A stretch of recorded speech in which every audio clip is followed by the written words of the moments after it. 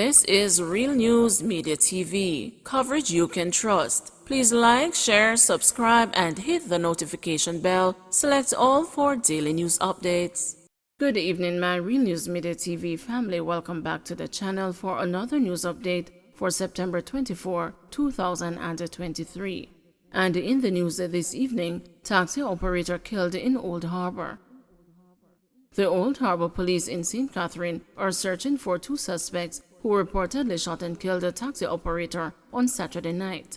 The deceased has been identified as a Lambert Simpson, otherwise called Algie, 51 years old, of Lennonville Road, Old Harbor. It is reported that Simpson had just driven home in his Toyota Probox motor car about 10:30 p.m. when he was pounced upon by men who brandished guns and shot him repeatedly. His attackers then stole his vehicle, which was later found abandoned nearby. The police were summoned and Simpson was found in his yard with what appeared to be gunshot wounds to his upper body. He was subsequently rushed to the Spanish Town Hospital, where he was pronounced dead. The police are yet to establish a motive for the killing. Opposition says government didn't do enough to control mosquito population. The parliamentary opposition is urging Jamaicans to comply with all bulletins issued by the Health Ministry in light of the dengue outbreak, while at the same time chiding the authorities for not doing enough to minimize the mosquito breeding sites. Opposition spokesman on health Dr. Maurice Guy said with the increased rainfall in recent weeks, the conditions are conducive to mosquito breeding across the island. It is regrettable that the National Solid Waste Management Authority did not use the drought period to increase public cleansing activities. Neither did the authorities do drain cleaning and river training in a consistent manner, Guy said. He is appealing to Jamaicans to immediately begin cleaning and clearing their yards and communities of debris, in particular old cans and tires, which collect water and become prime breeding containers for the Aedes aegypti mosquito, the carrier of the dengue fever virus. Describing the current situation as an uphill battle to be fought, Guy called for the government to fast-track the implementation of a national response through mosquito spraying and other vector control measures to mitigate the situation as quickly as possible. He noted the decision of the Ministry of Health to extend the opening hours of clinics effective Monday, October 2, but urged that the date be brought forward to September 25 in light of the declaration of an outbreak. He said this would ensure that the outbreak does not become unmanageable. Custos warns new JPs to be careful in signing documents for cops. Custos of Westmoreland, Reverend Hartley Perrin, has urged the newly minted Justices of the Peace to be extra vigilant when signing documents for members of the security forces, especially those from the Jamaica Constabulary Force.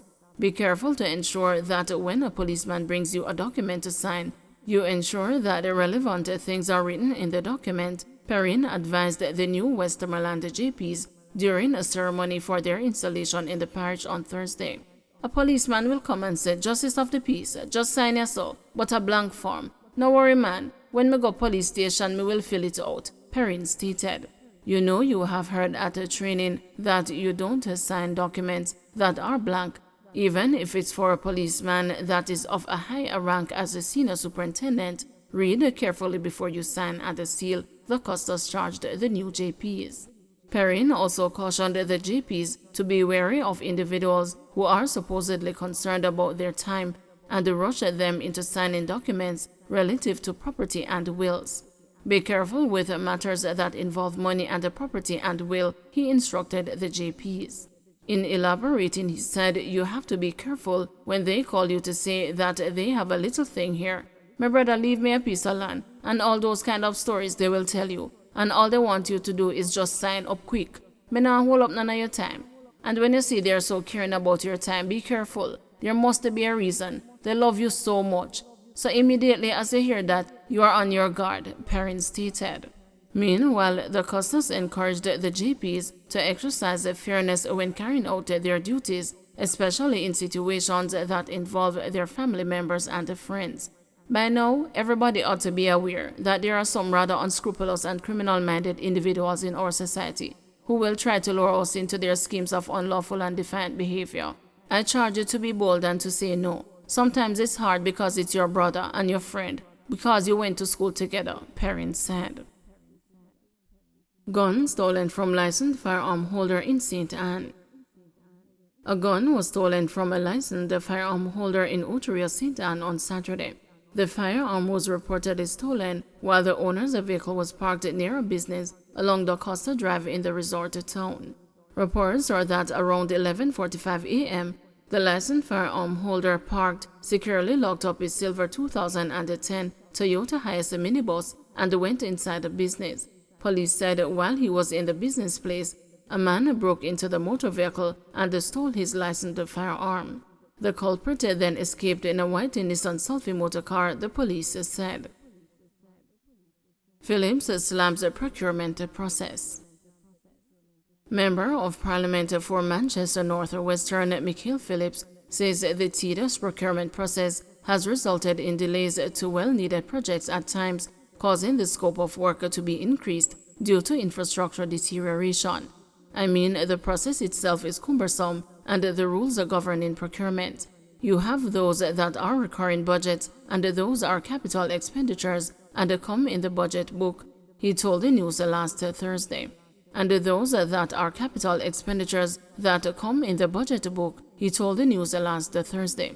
Phillips appointed to the Public Investment Appraisal Branch, formerly the Public Investment Management Secretariat, is a branch of the Public Expenditure Division, which supports the public investment management system by providing technical support and advice to the Public Investment Management Committee, thereby facilitating effective pre-investment decision-making. With the recurrent project expenditure, you know that the time frame for any project that is going to procurement is anywhere between 6 months to 1 year, and it is just the guidelines that have been set out by the Ministry of Finance.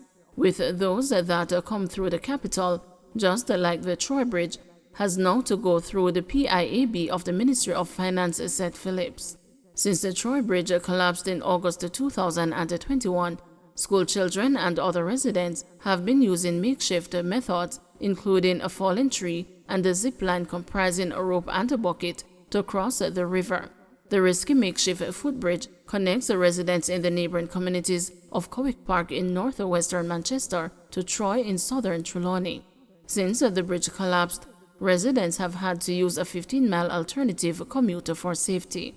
That PIAB in itself takes quite a while when you read the handbook governing that. In essence, when you have a project and let us take, for example, the $40 million that each constituency got to do some roadworks in December, it is just to know that the bulk of the constituencies are seeing any work being done, explained Phillips. He pointed to constraints in dealing with the National Works Agency.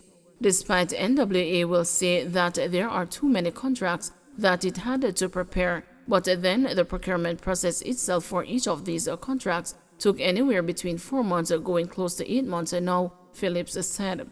Phillips, who is also opposition spokesperson on roads and works, said the delays result in cost overruns for projects. When you take so long, by the time that you get those resources to do the work that needs to be done, the cost would have increased in material, labor, and the scope. If it is like a wall, because the situation has got worse, and then when you go to the agency, they are telling you that they have no more resources, he said. If there is to be any additional resources, then it slows down the project, he added. He suggested that there is a perception that every politician is a thief. And they start out with that in making the requirement so cumbersome that it hinders progress and just the proper delivery of projects itself, said Phillips. Don't forget to like, share, subscribe, and hit the notification bell. Select all for daily news updates.